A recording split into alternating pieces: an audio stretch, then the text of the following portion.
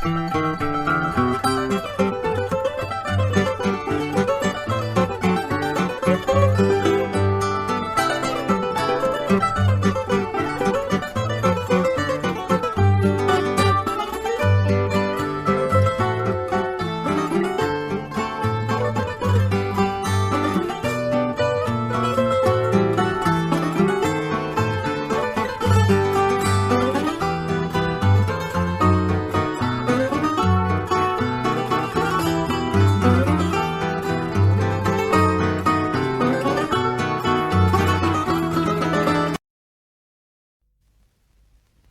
depois? Depois estava o peixinho, veio o gato e comeu. Mas veio o cão e o gato teve de se esconder. Depois veio o coelhinho. Não, o coelhinho veio com o Pai Natal e o palhaço no comboio ao circo. Fantasias de Natal. Chocolate de leite.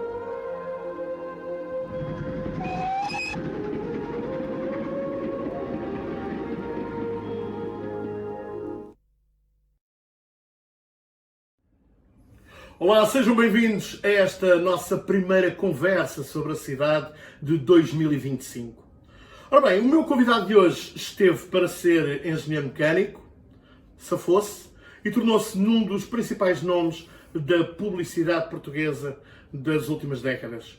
Estamos hoje com João Rapazote. João, muito obrigado pela disponibilidade. Muito obrigado, eu. É um gosto estarmos aqui à conversa no Lisboa Continua. Olha, vamos começar pelo seguinte. Tu estudaste na Suécia, viveste lá, casaste com uma sueca e numa entrevista que deste agora mesmo, em 2024, dizes: a Suécia para nós latinos não é um sítio aconselhável. Os suecos fecham-se imenso, especialmente naquela altura a seguir ao verão, em que as folhas caem, o sol desaparece e as nuvens ficam até ao primeiro dia em que neva, que é normalmente no Natal. E Lisboa, parece-te mais sedutor? Lisboa é uma cidade linda, com uma luz linda, com um clima fantástico, com pessoas que, pelo menos de antes, eram muito simpáticas. Lisboa foi-se desinteressando à medida que foi ganhando turismo. O português é, de facto, uma pessoa especial, com uma maneira de ser especial, que cativa, e por isso estamos cheios de turistas. Mas não sei se o turismo exagerado não nos está a fazer mal. Já leremos essa parte. O que eu achei piada nesta tua frase, nesta tua reflexão, foi de facto esta questão da luz, não é? Sim. Sendo ela o teu elemento de trabalho cotidiano, é natural que seja um dos filtros para a tua afinidade com o local. Com certeza. Há muitas coisas que as pessoas não sabem sobre a luz de Lisboa. Ok. A luz em cinema e em fotografia, a cor da luz, a qualidade da luz é classificada em graus Kelvin. E há um dado daquilo que se chama luz do dia. A luz do dia é uma luz da mistura do sol com o céu azul. E essa luz tem uma cor. A firma maior, a firma que fez tudo sobre a fotografia, chamava-se Kodak. E a Kodak era em Rochester, que é nos Estados Unidos. E a luz de Rochester é igualzinha à luz de Lisboa. Portanto, a Kodak vinha muito a Lisboa fazer as fotografias de promoção, as fotografias tecnicamente certas para eles, que não são necessárias. Ou seja, quando se fala de a luz de Lisboa, como tu próprio referiste agora mesmo, não é um mito. Não é um mito. Lisboa não só tem uma característica de não facto. só tem a luz, Lisboa tem a coloração. Tu comparas Lisboa com qualquer outra cidade da Europa e Lisboa é colorida. Lisboa tem as casas pintadas. O Porto não tem. O Porto é uma cidade muito mais europeia do que Lisboa. Lisboa tem características desse ponto de vista. É uma cidade linda. Tu, quando desististe de engenharia mecânica, já referi que foi a tua primeira opção, digamos assim, foste tirar um curso de fotografia para Londres. Esse interesse pela imagem, e continuo a insistir no mesmo tópico, pela luz, que é de facto um dos cérebros desta conversa, quer se queira, quer não, por diversos aspectos. Foi a mecânica que te levou a isso? Foi a fotografia? Foi a conjugação das duas? Fala-me um pouco desse aspecto. Olha, eu vou dizer que foi basicamente o acaso. Eu fui para a engenharia porque era bom em matemáticas, mas eu não sei ler. Toda a gente que me conhece sabe desta frase, eu não sei ler, eu sou disléxico e nunca aprendi suficientemente a leitura. Sei juntar as letras, sei ler os títulos dos jornais, mas não consigo, nem me interessa ler mais do que isso. Costumo dizer que a leitura é inibidora da criatividade, porque estás no fundo a copiar o que os outros já disseram. E eu defendo-me, porque como não sabia ler, tinha que me defender. A minha mãe dizia, bem, só lê quem não tem ideias próprias, coisas assim. A leitura foi um travão ao meu curso de engenharia. Quando uma pessoa chega, faz o liceu é ouvir o que dá na aula, o que estão a dar nas aulas e a repetir. Quando chegas à universidade é preciso estudar muito e eu não sei mesmo. Foi muito difícil. Essa parte coincidiu com o desporto. Eu fiz desporto, fui campeão de salto à vara de miúdos e nessa altura dediquei muito e cheguei a uma altura em que eu já não podia sequer estar no técnico. No final do primeiro ano, e é isso aí que eu quero dizer, foi uma sucessão de acasos. No final do primeiro ano tive um desastre de moto. E fiquei em estado de coma e o médico felizmente proibiu-me de estudar durante 6 meses. O médico era o melhor neurocirurgião que havia em Portugal e eu agradeci-lhe porque ia chumbar nos exames todos e assim não tive uma maneira de fugir.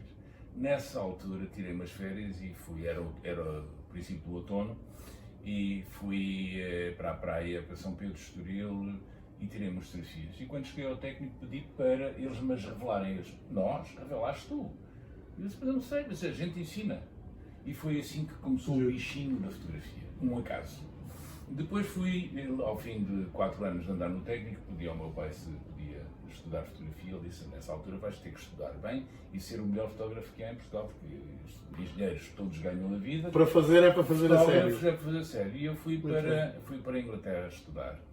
E cheguei tarde e tive que me inscrever num curso profissional e para isso inscrevi-me trabalhei num estúdiozinho básico e ao fim do primeiro ano tentei então mudar para o curso a sério e nessa altura já estava cheio e eles disseram, mas há aqui uma safa, há lugares no curso de cinema.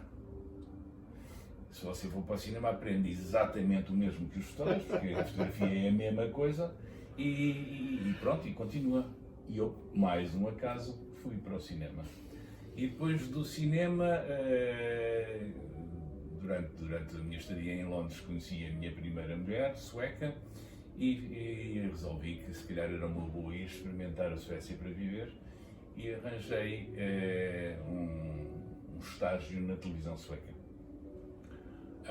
Mas odiei aquilo, odiei a Suécia, odiei viver. Pois percebe-se. Odiei viver aqueles 10 meses que consegui suportar na Suécia. Não quer dizer que eu hoje não gosto mais da Suécia, já percebo, mas e os suecos já não são os mesmos também. Começaram a viajar muito e começaram a perceber como é que nós, latinos, vivemos e começaram a integrar-se um bocadinho mais. Mas continuam a ser pessoas que eu gosto, mas são muito quadradas. Com sensibilidades diferentes, sem dúvida. E foi isso que me levou para o cinema. Depois eu vim para Portugal, fui trabalhar para a educação, porque eu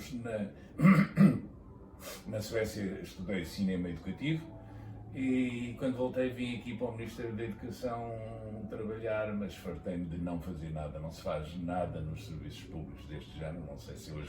Isso era há muito tempo, agora é diferente. Agora deve ser diferente. Agora deve ser diferente, certamente. Não se fazia nada. E um dia um diretor de fotografia que trabalhou comigo, um tipo que ainda está vivo e é um dos nossos melhores diretores de fotografia, que se chama Cássio de Almeida, vive em Paris, suponho eu, convidou-me para fazer qualquer coisa com ele, fizemos uma firma. Já iremos a essa parte. Mas espera aí, antes disso, antes disso convenceu-me a ir para a publicidade. E aí fui para uma agência de publicidade. E trabalhei 2 anos e meio numa agência de publicidade e só depois é que eu decidi fazer uma produtora, primeiro com o Cássio de Almeida, chamava-se Vídeo, calcula tu que consegui registar uma firma que se chamava Vídeo, E depois fui convidado para entrar na Panorâmica 35, quando fiz o resto. Já iremos a essa etapa. Deixa-me fazer aqui um pequeno flashback, não é tão pequeno como isso. Tu nasceste em 1941 em Lisboa. Em que zona de Lisboa? Em São Domingos de Benfica. É um sítio muito... A tua infância é por aí?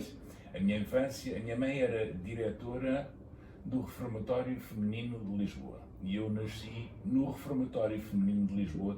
Aliás, nota-se perfeitamente que eu nasci num reformatório, não se nota? O reformatório tinha uma quinta brutal, enorme, linda, cheia de árvores e de estátuas e de laguinhos e coisas assim. E eu sempre fui muito sozinho e metia-me por aquelas árvores dentro e passava muito tempo sozinho. E é aí que eu costumo dizer que toda a criatividade que uma pessoa tem cria até aos 4 anos, que é quando uma pessoa vive muito próximo do solo, do chão, e vê tudo o que se passa no chão e vê a chuva e vê as folhas e vê essas coisas. E é essa altura que me criou mesmo aquilo que eu sou hoje, devo a esses 4 anos na quinta de São Domingos de Benfica. As tuas primeiras memórias de Lisboa são dessa zona de Lisboa? Dessa zona. Infelizmente, não é isto de uma pessoa viver numa quinta linda, com estátuas e não sei quantos, não são só places. O contra é que uma pessoa eu vivia a minha infância muito isolada. Éramos 7 irmãos, mas vivíamos entre muros e praticamente não tínhamos amigos, não vivíamos fora dos muros. Não convivíamos, tive uma infância muito isolada, que fez de mim uma pessoa extremamente tímida. Timidez que nunca me largou. Eu hoje sou uma pessoa extremamente tímida, só que sei muito bem dar a volta a isso. Os tímidos inteligentes arranjam soluções, eu sei muito bem. Diz-me uma coisa, eu estou a depreender daquilo que vais contando, a tua entrada, digamos assim, o teu relacionamento com Lisboa começará então na adolescência. Sim, quando comecei a sair para os colégios. Quais eram os teus locais em Lisboa nessa altura? Digamos que os locais, Lisboa para mim começou a acontecer quando eu fui para o técnico.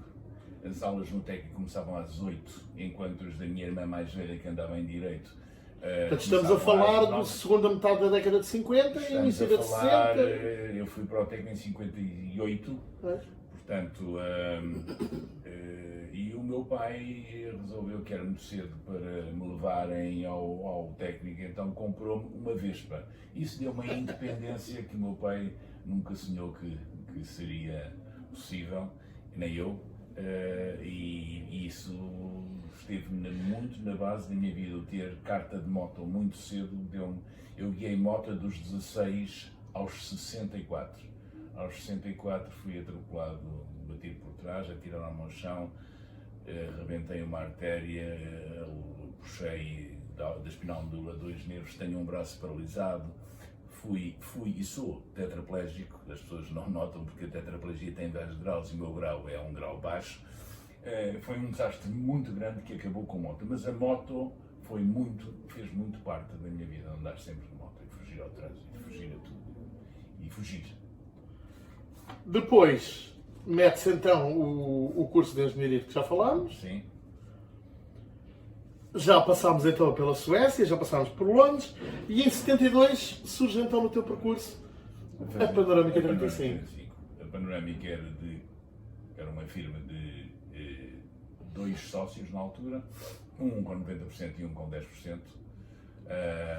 Mas era Luís Gaspar e José Figueiredo Nunes? Não. Luís Gaspar era o dono da Panorâmica com 90%.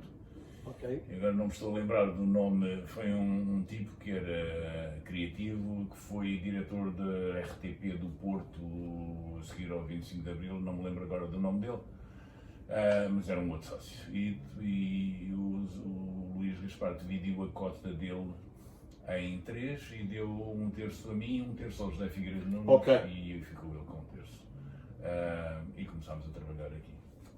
E a Panorâmica tem um percurso... Sim, nós logo isto em 72, em novembro de 73 houve um festival, digamos, o Festival do Cinema Publicitário Português da altura, e havia 17 prémios e a Panorâmica nesse ano ganhou 7 dos 17 prémios. Portanto, já nessa altura era considerada uma firma mais criativa do que as outras. É muito engraçado porque tu começas em força, digamos assim, 2 anos antes do 25 de Abril e depois vais por aí fora.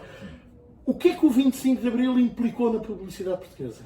Assim de Olha, repente. um drop, uma queda muito grande de trabalho. Foi o único ano em que eu tive prejuízo enquanto estive ativo. Foi 75, mas tivemos 4 mil euros 4 mil contos de faturação e 50 de prejuízo. Foi o único ano em que deu prejuízo, foi uma luta enorme, foi luta contra as organizações e essas coisas que se formaram nessa altura. Lembro-me de ter votado numa assembleia dos trabalhadores do cinema. Eu era patrão, mas era representante dos trabalhadores, dos trabalhadores privados, e votei sozinho contra a moção que estava a ser passada na altura, de braço no ar, aquelas coisas de braço no ar em que Bem datadas. bem datadas, e estamos a falar de maio de 75, portanto o princípio mesmo do verão quente. E eu votei contra sozinho e ocuparam-me o estúdio, enfim, não vale a pena. Mas em termos de criatividade, Em termos de criatividade, todo esse caldo cultural, que foi uma mexida gigante, implicou alguma coisa? Deve ter mexido com alguma coisa. implicou algumas coisas. Uma foi, passámos pelos mínimos de tudo. O que deu para depois, logo a seguir ao 25 de Abril, a criatividade e o valor de produção ter aumentado bastante. E não só do ponto de vista financeiro isso foi ótimo, como foi ótimo, foi o renascer da publicidade. Eu não digo que antes da publicidade eu não tenha feito filmes de que me gabo, ainda hoje.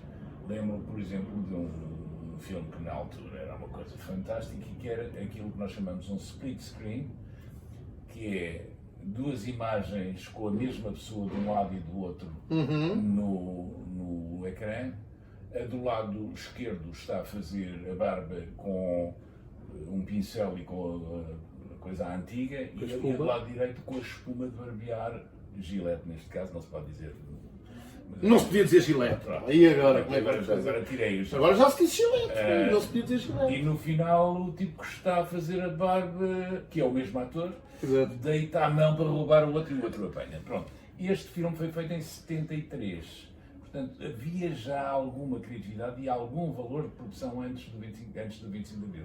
Mas Era quase meta-cinema. a partir do 25 de Abril as coisas melhoraram. Melhoraram muito comigo com a pós-produção, porque eu estava durante o 25 de Abril, imediatamente depois do 25 de Abril, eu fui convidado para fazer um documentário para o turismo do Estoril Cascais. E a pós-produção desse documentário, a parte dos títulos, etc., eu fiz todos numa trocagem que se chama posterização, em Londres. E fui a um laboratório, estudei em Londres, falava muito bem inglês, portanto fui a um laboratório e fiz isso. E fiquei tarado pela capacidade que eles tinham de fazer coisas giras. E de modo que quis repetir e fui progressivamente convencendo os meus clientes a ter uma pós-produção mais acabada, mais bonita. Começámos a fazer filmes a cores muito antes de haver televisão a cores, a preparar, percebes? Sabíamos que ela vinha lá e assim foi. Mas foi esse aumento de qualidade de produção e de preço também que fez a indústria da publicidade, do cinema publicitário arrancar. Olha, antes da nossa conversa começar, tu não podias sabê-lo, mas depois quando vires o resultado final saberás, nós assistimos a um pequeno anúncio logo no arranque desta conversa e, como imaginas, é talvez um dos teus anúncios mais emblemáticos. Estamos a gravar isto em janeiro, pouco depois do Natal, e é o anúncio em que se vê uma criança loura a falar com o avô e a explicar que o coelhinho foi com o palhaço do comboio ao circo. Esse anúncio foi criado por uma agência que se chamava, a agência em que eu trabalhei, já era produtor eu, mas ainda trabalhava muito para a minha antiga agência, que se chamava Ciesa NCK. E uma criativa que infelizmente já faleceu, mas que eu gostava muito, que era a Maria Nobres Franco. E era uma conversa entre uma neta e um avôzinho ao lado do árvore de Natal, em que o avô ia comendo as peçazinhas de fantasias de Natal, como se chamavam os chocolatinhos, até que a neta refilou e falou. Tentámos fazer esse filme durante um dia com uma criança de 4 anos. Eu tinha avisado que uma criança de 4 anos não era controlável. E quando, à hora do almoço, percebemos que não íamos conseguir, eu pedi à Maria se podia trocar a criança, porque eu tinha a criança, que eu sabia quem era a criança que fazia isso, com certeza, e fui buscar a minha filha mais nova, que, sendo filha de sueca, era loura e de olho azul, e foi ela que fez esse filme. E foi com a farda do colégio? Com a farda do colégio, foi tudo o que estava ali, foi feito. E é um filme que marcou de facto muito, marcou também muito a vida dessa minha filha, que foi estudar teatro, hoje... Primeiro que o anúncio esteve no ar, pelo que percebi, cerca de 20 anos. Não, e continua de vez em quando a aparecer. É dos anúncios mais emblemáticos. Sim, sim. Não há nada a fazer quanto a isso. Eu sei. Depois, porque ela própria, se já tinha tido até algumas experiências relacionadas com a publicidade, prosseguiu por aí fora. E hoje vive no Alentejo, está à frente de uma companhiazinha de dança, ou ballet dança, e é ela que faz a produção, é ela que faz a organização, e é que ela é a diretora criativa também da coisa. E foram agora convidados, acho que é no dia 10, para a final nacional desse tipo de danças. E nascida no dia de Santo António, portanto também tem uma ligação forte a Lisboa, até por aí. E depois houve ainda um pormenor engraçado em relação à voz, porque pelo que eu percebi, e pude ler isso em entrevistas tuas, a voz que nós estamos a ouvir não é a voz captada. A voz nessa altura, as câmaras que faziam som síncrono sem... Portanto, em simultâneo com a imagem. Com a simultânea imagem tinham que ser silenciosas. Havia muito poucas e muito caras. E nós usávamos uma câmara normal, que só fazia a imagem, e depois dobrávamos o som com um ator por cima. Neste caso foi ela própria que dobrou a sua própria voz. Portanto, a voz que está no filme foi gravada num estúdio de som, depois pós-sincronização, portanto, sincronizámos a voz dela ao filme que lá está. Não deixa de ser curioso, não sou do braço a si própria. Bem, se esta correu bem, há um outro episódio também na Ciesa, de um anúncio para a Nestlé, que a coisa ia correndo muito mal.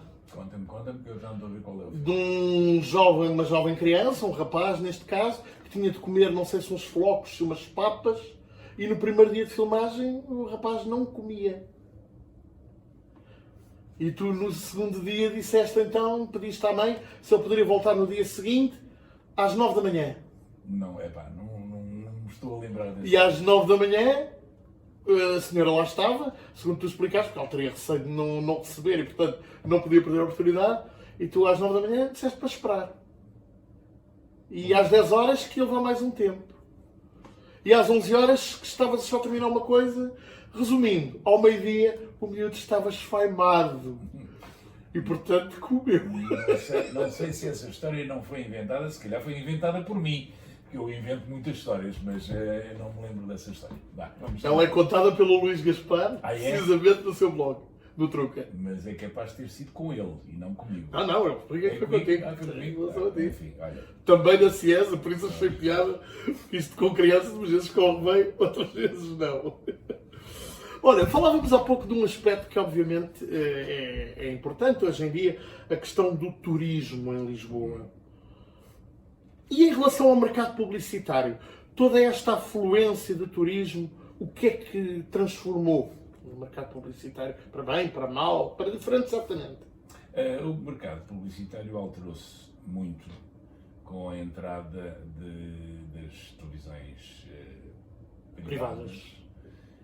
E depois com o digital, e depois com a net, e depois com essas coisas. Quando existia apenas a RTP, e a parte comercial era feita pela RTC, que era uma firma da RTP, a passagem dos filmes na televisão era caríssima. Caríssima. Eu digo-te assim, a passagem de uma vez, se calhar dava para fazer o filme, portanto, mas 2 ou 3 vezes davam para fazer o filme, portanto, o que se pagava em exibição era caríssimo. Só ia para a televisão quem tinha, de facto, um grande orçamento e as grandes marcas. Acontece que as pessoas apostavam muito na televisão, porque a televisão era, de facto, um meio de publicidade na altura. Com a entrada da concorrência, os preços baixaram. Com a entrada da net, os preços baixaram muito. E os preços hoje são baixos. A produção é super baixa hoje. Estão-se a praticar preços na produção a sério iguais aos preços de 1990. Hoje, para fazeres um filme, eu não vou dizer quanto é que custa um filme de 30 segundos, mas hoje, para fazeres um filme de 30 segundos, vais pagar o mesmo que pagavas em 1950. Mais ou menos, se tiver um bocadinho mais de luxo, claro que não, porque o luxo hoje em dia é mais caro que o de 90. O que isso alterou completamente, pelo menos na parte do cinema publicitário, alterou a relação entre as pessoas. Existem relações antigas de pessoas que estão muito bem implantadas no mercado e conseguem continuar a fazer bom cinema publicitário e a preços bons. A maior parte do que se passa na televisão é muito pobrezinho, tanto de criatividade como de produção. Mas lá está, vês alguma relação, continua a existir nesta parte? Vês alguma relação entre esta grande afluência de turismo em Lisboa e a forma como Lisboa tem vindo a ser comunicada, passou a ser comunicada, vista lá fora, que tem necessariamente a ver com aquilo que se faz com ela? Não é? Mas eu acho que isso não tem a ver com a publicidade, isso tem a ver com a informação em geral. Acho que... Eu, se calhar, quando estou a dizer publicidade, queria dizer comunicação do ponto de vista mais amplo. Eu acho que isso tem a ver com a ideia que se formou que Portugal é um país seguro, e é, já foi mais talvez, mas é um país seguro, que é um país tolerante, que é, se calhar já foi mais, mas também ainda é, que é um país com um clima fantástico e que a cidade de Lisboa é uma cidade muito antiga. Há um historiador sueco que diz que Lisboa tem 8.000 anos, e acredito, porque as cidades faziam-se nas foz dos rios amplos e o Mar da Palha é uma coisa fantástica e nós, Lisboa, estamos em cima. Estás a dizer que tem os elementos todos. Tem todos. os elementos todos. Eu comparo muito Lisboa. Temos uma gastronomia bastante diversificada para a dimensão do território que temos. Exatamente. Nós andamos 100 km e o mesmo ingrediente é feito de outra maneira. Nós somos em pequeno aquilo que Istambul é. Istambul também tem um rio, que é o Bósforo, uma coisa linda, com uma saída para o Mar da Mármara, só que tem, em vez de ter um lado cidade e o outro lado de silos e fábricas, ali tens palácios dos dois lados. Mas de resto, uma morfologia, quer dizer, as colinas de Lisboa e as colinas de Istambul, podes perfeitamente comparar.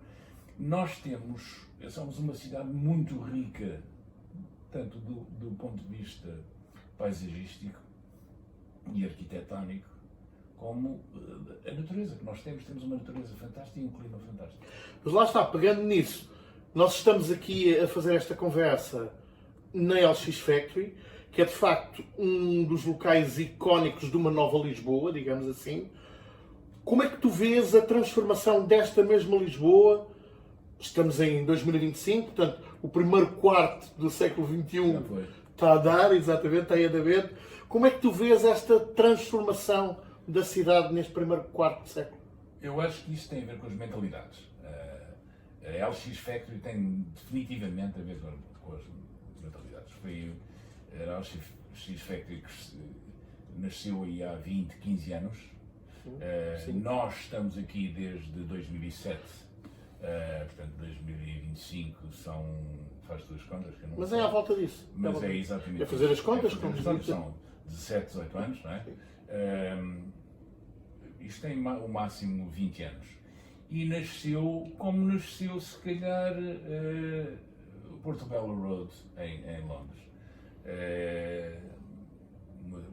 Um sítio industrial que foi transformado progressivamente, estes casebres velhos e basicamente construídos e adaptados, e tornou-se uma coisa gira. E foi inicialmente habitada por gente da criatividade, fotógrafos. São os tempos do lifestyle? É um lifestyle. Isto aqui tem um lifestyle. E digo mais a quem quer ouvir, o LX Factory será sempre assim, se não mudarem a imagem. Se começarem a mudar a imagem para uma coisa mais sofisticada, isto morre. Enquanto for assim um casebre mal amanhado, isto é giro. Mas lá está, para além da LX Factory, no fundo, eu fui buscar a LX Factory enquanto um ícone deste primeiro quarto de século. Mas Lisboa tem-se transformado vertiginosamente, obviamente, a ver com a questão do turismo, mas também na sequência da Expo 98. Portanto, há diversos fatores aqui em cima da mesa. Aí temos de falar de duas Lisboas, porque a Lisboa pós-Expo, que nasceu da Expo, que foi planeada assim, porque a Expo já foi planeada de maneira dali nascer uma parte nova da cidade. Aquilo é uma outra cidade. A cidade de Lisboa tem vindo a desenvolver-se e eu acho que está no limite do desenvolvimento. Quer dizer, a partir daqui entramos no caos de Istambul.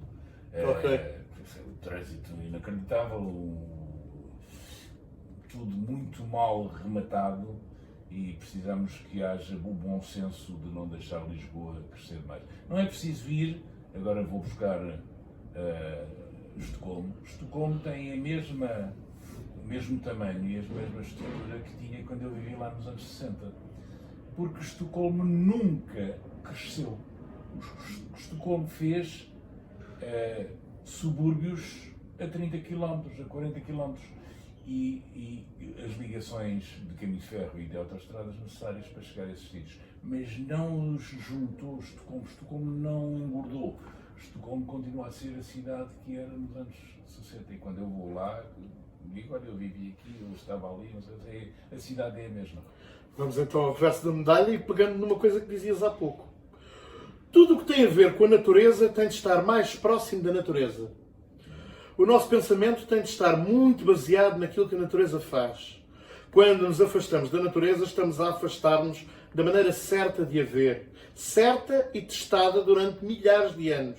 E nós estamos cada vez a dar passos, a inventar coisas que não têm a ver com a natureza. Eu pergunto-te, pegando nas tuas próprias palavras, Lisboa é hoje uma cidade em comunhão com a natureza? Eu digo que não. Deixa-me falar um bocadinho da natureza, mas tu não tens 2 horas, para não, isto só tem 40 minutos. Não temos. Eu para mim, e desculpem as pessoas que acreditam de outra maneira, para mim existe um Deus.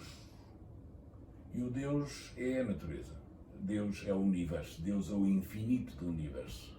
E essa natureza manda em nós. Quando nós tentamos contrariar essa natureza, estamos a pecar, estamos a meter-nos num buraco, estamos a arranjar lenha para nos queimarmos. Portanto, quando eu falo da natureza, acho que nós temos que fazer qualquer coisa para manter o que está mais que testado. Não é inventar vacinas não testadas e depois ver, olha, deu resultado, se calhar não deu, ou ocultar os maus resultados que deu, etc. Não vou entrar por aí, porque demoramos horas e horas. A natureza é a base da nossa vida. Eu vivia já, se forem aos livros de história, veem que eu nasci depois, mas eu vivia já em São Domingos de Benfica, quando a Serra do Monsanto, no lado onde era São Domingos de Benfica, ainda não tinha árvores. Li outro dia que a arborização do Monsanto foi feita foi mandada fazer pelo Duarte Pacheco em 1934 e que terminou em 1938. Eu nasci em 41. Eu não me lembro de haver árvores quando eu tinha 4 anos, do lado de São Domingos de Benfica. Havia árvores que eram muito pequeninas, mas árvores com algum porte havia quando eu fui para o técnico, para aí. Nos anos 50 já havia árvores, mas nos anos 40 não havia árvores. Portanto, alguém pensou nisso. Não quero criticar os Duarte Pachecos de agora, mas alguém tem que pensar que a nossa natureza é que manda e que viver numa cidade tem que ter uma conversa com a natureza. Sem essa conversa, nós vamos viver cada vez pior e temos a sorte, mais uma vez, Lisboa, Portugal, temos a sorte de Lisboa ser extremamente ventosa, estar junto ao mar, porque isso limpa a poluição atmosférica e nós conseguimos viver com algum ar puro, mas é preciso ter algum cuidado. E acautelar não estragar o que temos. Não estragar o que temos. Sem dúvida. Olha, regressando à publicidade, tu no teu percurso foste obviamente encontrando gente como o José Fonseca e Costa, o António Pedro Vasconcelos, o Zé Carlos Ari dos Santos. É de facto espantosa e quem não segue estes temas se calhar não tem noção disso, a quantidade de gente das letras, do desenho, das diversas artes que acabou de uma forma ou de outra por estar relacionada com a publicidade. As coisas funcionam como um laboratório num sentido e no outro? Eu acho que sim. Esqueceste aí muitos nomes. Namora, Alves Redol, Sim, agora precisaria de 2 horas, não é? Almada Negreiros, sei lá. Muita gente, especialmente da escrita. E não só. Mas não só, especialmente das artes e da escrita, que entraram na publicidade. O Zé Carlos Ari dos Santos, para mim, como foi um grande amigo meu, é uma pessoa especial e era um homem inteligentíssimo, que tinha apenas um defeito, mas eu não vou dizer qual era o defeito que ele tinha, porque a política não é chamada para aqui. Era uma pessoa extraordinária, mas como ele, por exemplo, eu trabalhei diretamente com o Artur Portela, filho, que era uma pessoa que escrevia muitíssimo bem. Stal Monteiro? Stal Monteiro. Eu não trabalhei com Stal Monteiro, mas há muitos. Eu estava agora a tentar o nome de um tipo que tinha um nome estrangeiro. Bem, não interessa, mas da escrita havia muita gente. Sim, eu diria que economicamente havia pessoas que vinham para a publicidade, porque a publicidade era um caminho seguro, digamos pagava assim. ordenados, enquanto escrever livros às vezes não tinha o mesmo sucesso. Portanto, as pessoas vinham muito criar para a publicidade. Mas a ideia com que eu fico, José Gomes Ferreira, eu estou a falar e estou a pensar em nomes continuamente. Exatamente. Eu dá-me a ideia que, de facto, a poesia, ou a pintura, ou o desenho servia-lhes para experimentar algumas coisas que depois aplicariam na publicidade e vice-versa. E vice-versa, com certeza. Não é? Que sim. Com certeza que sim. É uma porta de 2 sentidos, é muito engraçado. Com certeza que sim, com certeza. Olha, eu há bocado falei-te de uma pessoa que trabalhou com o Artur Portela e comigo, portanto, estava abaixo do Artur Portela, que era a Maria Nobre Franco. A Maria Nobre Franco, que foi uma pessoa das letras, foi diretora da Galeria Valentim de Carvalho durante bastante tempo. Era uma pessoa muito ligada às artes em geral. Portanto, havia pessoas, a publicidade tinha muita qualidade na altura, o que não quer dizer que não tenha hoje. Há pessoas muito inteligentes hoje na publicidade. Eu acho que há meios muito mais reduzidos para fazer coisas. Achas que a publicidade ainda é um reflexo da mentalidade de cada tempo? Por exemplo, às vezes falamos de certos anúncios que hoje não seriam permitidos. Outras vezes falamos de anúncios que só existem por determinadas circunstâncias. Outras vezes há anúncios que são criados por determinados factos em concreto. Sim, olha, vou dizer, eu fiz um filme de que me gabe muito e que me deu muito gozo a fazer, em 1989, que se chamava Perestroika e filmei onde o filme Reds foi filmado, que foi em Helsínquia, no inverno com frio de rachar, 17 negativos e neve. E são filmes que acontecem por acontecimentos. Eu diria que a publicidade em geral não depende dos tempos, embora é como a música, é como tudo, há tempos em que se compõe melhor e tempos em que se compõe pior. Há música que eu considero que tem mais valor e há épocas da música, vamos falar agora da música contemporânea. O princípio dos anos 70 foi brilhante, o final dos anos 60 também. E depois uma pessoa fica assim a apanhar, a ver onde é que no meio da música eletrónica e a música feita por computador, onde é que se apanha um bocadinho de música, percebes? Isto também é fruto do seu tempo, lá está. Absolutamente, da tecnologia. O que também é fruto do seu tempo. Pois, mas as coisas não vêm do nada. Mas as coisas podiam ter mais criatividade, basear-nos nisso para fazer mais coisas. Se calhar nós, na nossa vida do cotidiano, estamos a entregar demasiado às máquinas. Isso era uma outra conversa. Isso era uma conversa muito mais longa. Pois, as conversas são todas elas longas. Não resisto a perguntar-te, chegaste a trabalhar estamos no centenário dele, com o Alexandre O'Neill? Era o Alexandre O'Neill que eu tinha a dizer o nome estrangeiro que eu estava a dizer. O Alexandre O'Neill também. Não trabalhei. Não trabalhaste com ele? Não, mas eu conheci o Alexandre O'Neill e ele existia na publicidade quando eu entrei. Exato. Exatamente, mas nunca trabalhei com ele. De facto, um nome cimeiro. Olha, mesmo para terminarmos a nossa conversa, peço-te que completes a frase como te ocorra. A minha Lisboa é... A minha Lisboa é o sítio onde eu nasci. Está voltada a um rio que cresce para o mar.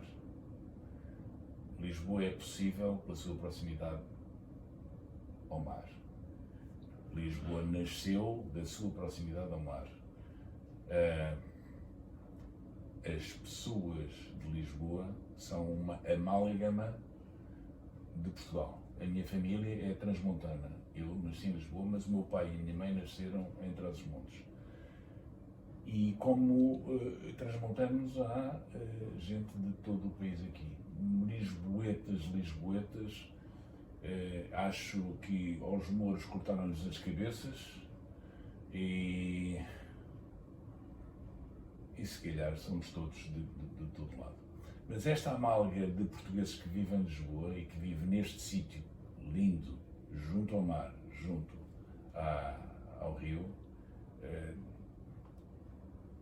têm uma vida, esta proximidade ao rio, dá-lhes uma vida que não é possível quando uma pessoa não tem esta proximidade ao rio e ao mar. Eu resolvi, desde há muitos anos, viver em cima do mar.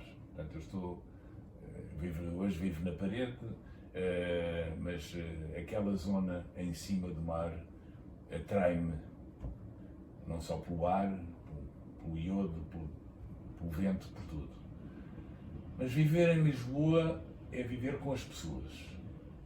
E acho que se calhar se vive melhor desse ponto de vista noutros sítios que em Lisboa. Lisboa começa a ter um bocadinho, espero que nunca venha a ser assim, o mesmo que Paris, que as pessoas não olham umas para as outras, passam umas pelas outras, são mal criadas. Cada vez nós estamos com uma vivência desse ponto de vista da agressividade que não era a maneira de viver quando eu, nos anos 40, dei os meus primeiros passos em Lisboa. Arrisco para dizer que isso não é só em Lisboa, João. Pois eu também me arrisco a dizer isso. Era o que eu estava a dizer. Isto não é só Lisboa, mas felizmente acho que haverá sítios melhores para uma pessoa viver hoje do que Lisboa. Agora deixa-me só dizer uma coisa. Mas isso tem a ver com a vida em geral, não tem a ver com Lisboa. Tem a ver com a vida que nós vivemos hoje. Nós vamos ter, a curto prazo, de ligarmos mais à mãe, deusa, natureza, e voltarmos a viver mais próximos disso do que fazer transportar para uma cidade por caminhões todos os dias a comida toda que precisamos. Enfim, nós vamos ter que sair daqui e Volto a frisar, isto não é só Lisboa. Eu- Falámos aí da água, que é de facto um elemento primordial e intimamente relacionado com esta cidade. Apetece-me terminar com um slogan publicitário: água é vida. Muito obrigado, João. obrigado. Foi um gosto estar aqui à conversa sobre ti, o teu percurso e esta nossa cidade. E pronto, foi assim a nossa conversa sobre a cidade. Daqui por algum tempo, um outro convidado, uma outra visão, outras memórias certamente. Porquê? Porque Lisboa continua.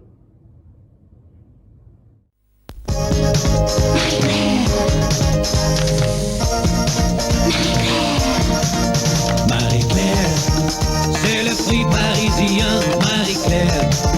Tropical, tout fraîche et douce, Marie-Claire. Marie-Claire, Marie-Claire. Marie-Claire, c'est le fruit parisien, c'est l'amour de l'été.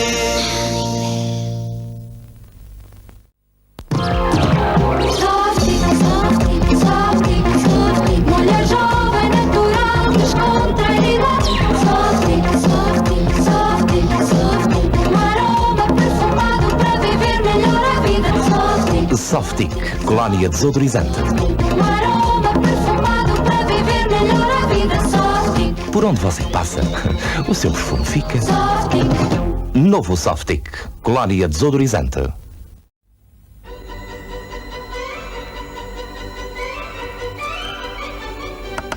O rigor da grande música.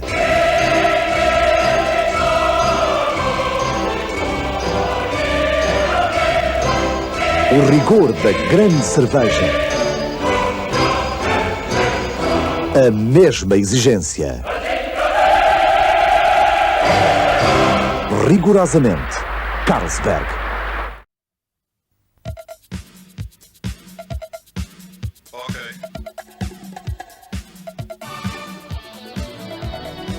Este homem confia em absoluto no seu automóvel, no seu excelente comportamento na cidade e na estrada, na sua elevada performance, no conforto e estabilidade absolutos, na sua segurança e dinamismo.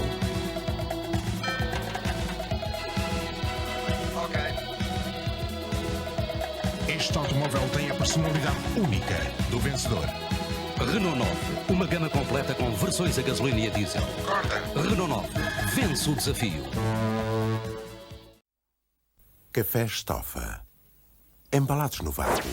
A qualidade intacta do grão original. Este aroma. Aroma rico que me leva longe. A terras do café.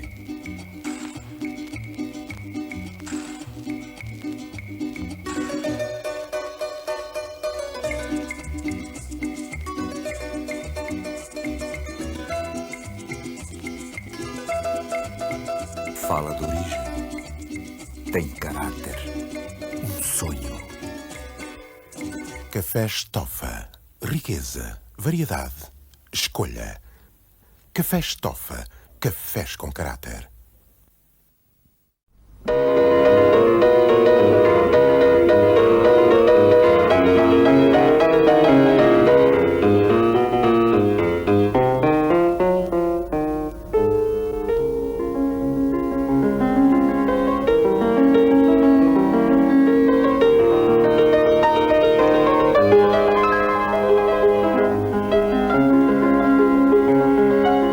Um café e macieira, o bom sabor dos velhos tempos. Stucomate é uma grande tinta. Stucomate é Robialac. Toda a gente pinta com Stucomate. Stucomate é Robialac. É tinta muito em conta para qualquer um. É tinta com a qualidade de Robialac. Stucomate é uma grande tinta. Stucomate é Robialac. Toda a gente pinta com Stucomate. Stucomate é Robialac. Stucomate da Robialac. Robialac, uma escolha de mestre.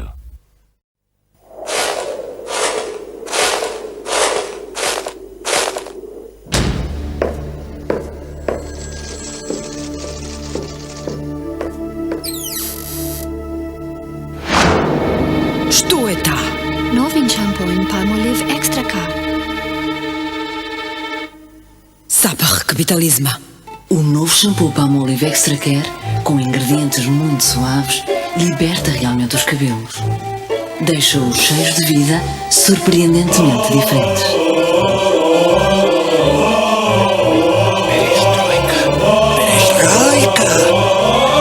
Novo shampoo Palmolive Extra Care. Um sopro de liberdade nos seus cabelos.